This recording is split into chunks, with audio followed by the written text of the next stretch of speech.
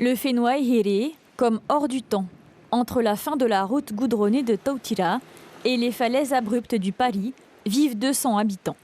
La route s'arrête ici, le réseau électrique aussi. Les bus et les ambulances ne viennent pas. Le moyen de transport, c'est le bateau. À la marina du Fénois Here, Hitiura et ses amis reviennent de la pêche aux oursins. Ils ont entre 26 et 35 ans et c'est leur principale source de revenus. On va en bateau, les panneaux tous d'abord. On va en bateau, on va chercher ce qu'il y a dans la mer, sur les bananes, sur ce que vous avez vu, fétouer, sur les bénitiers. Ils seront vendus entre 1000 et 1500 francs le pot ce week-end au bord de la route. De quoi améliorer un peu le quotidien.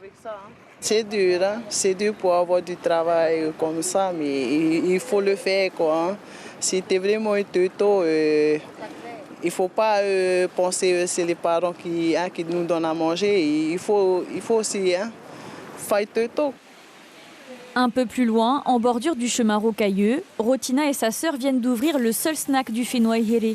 Ouvert 2 jours par semaine, elle ne travaille que sur commande.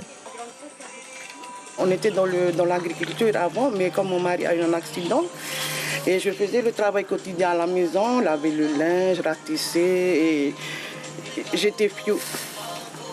J'ai quand même travaillé 20 ans, après tout d'un coup je suis venue ici, il n'y a plus d'activité, on ne voit rien, on ne voit personne. On voit que les gens qui habitent pas là, alors on a décidé, nous deux, on va ouvrir ce petit snack, avoir un peu le contact avec les gens. Avec la concurrence, ça va? Il n'y a pas du tout de concurrence ici. Ça évite d'aller au village, dans le village. Et sur leur petit stand, les 2 sœurs proposent tout à 100 francs. On vend des friandises, on vend des vêtements, des petits sacs, des cravates, tout pour une famille. Et des colliers qu'on confectionne nous-mêmes, que nos enfants aussi participent avec nous pour aller ramasser les coquillages.